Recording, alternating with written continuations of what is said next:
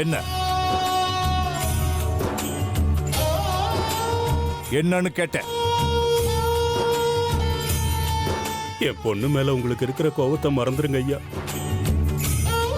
இந்த வயத்து பொழப்புக்காக பெத்த பொண்ணை வீட்டை விட்டு அனுப்பிட்டு என்னால வாழ முடியாதுங்க ஐயா.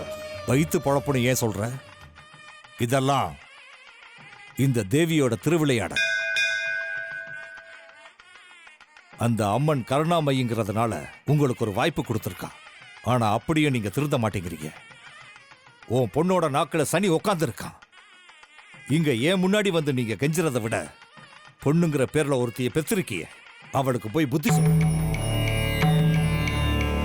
நான் எவ்வளவு சொன்னாலும் என் பேச்ச அவ கேட்க மாட்டேங்கிற. அதுக்கு நான் என்ன பண்றது? என் கையில எதுவும் இல்லை. எல்லாம் அந்த தாயோட இஷ்டம். அவளை போய் கேளு. உன் பொண்ணுக்கு அவளாவது புத்தி கொடுக்கட்டும். அப்படி சொல்லாதீங்க ஐயா. எங்களுக்கு கருணை காட்டுங்க. நீங்க சொல்ற ஒரு வார்த்தையில தான் எங்க எதிர்காலமே இருக்கு. நான் எதுவும் பண்றதுக்கு இல்ல. அந்த தாயாச்சு நீயாச்சு.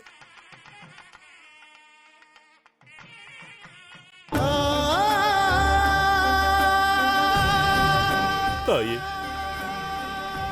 நீ எல்லாம் தெரிஞ்சவதான. என் பொண்ணோட நாக்குல உட்கார்ந்துருக்கிற அந்த சனிய உன்னால நிர்மூலமாக்க முடியாது.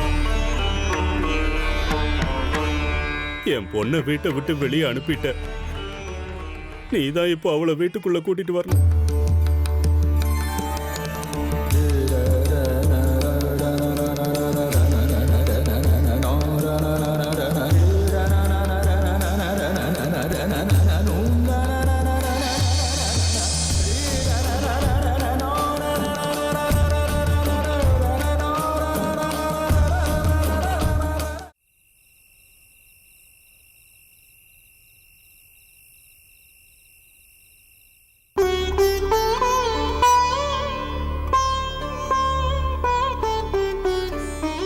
தண்ணி வேணும்னு ராத்திரி நான் வீட்டுக்குள்ள வருவேன்.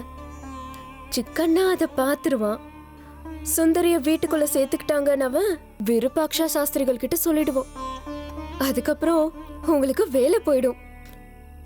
அதனால சாப்பாட்டுக்கு வழி இல்லாம நம்ம கஷ்டப்படுவோம். இதெல்லாம் வேண்டாம் தான் ஒரு சொம்பு தண்ணிய எனக்காக நான் வெளியே எடுத்து வச்சுக்கிட்டேன். பிறக்கும் போது நாக்குல கத்தியோடவே பிறந்துட்ட. உன்னோட வார்த்தை நம்ம எல்லாரையும் எந்த நிலைமைக்கு கொண்டு வந்துருச்சு பாத்தியா? நான் உங்களுக்கு ஒரு தலைவலியா மாறிட்டேன்லப்பா. நான் கையால் ஆகாத அப்பான்னு உனக்கு தோணுதாம்மா? இல்லப்பா. என்கிட்ட பொய் சொல்லாத. இல்ல, உண்மையிலேயே நான் கையால் ஆகாதவன் தான்மா. மனசுக்குள்ள பயம், வேலையை விட்டு துரத்திடுவாங்களோங்கிற பயம்.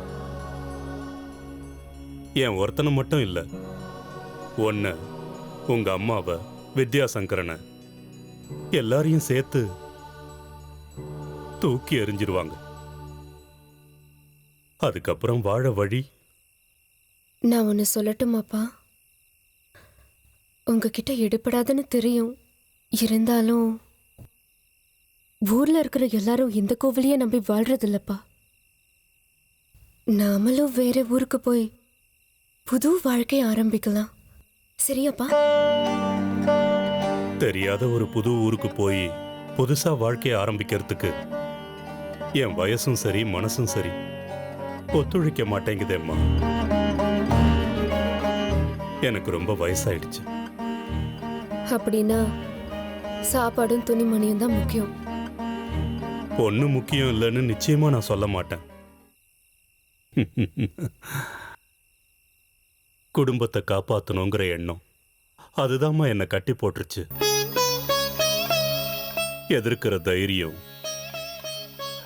கேள்வி கேட்கிற உரிமை எல்லாம் செத்து போச்சு.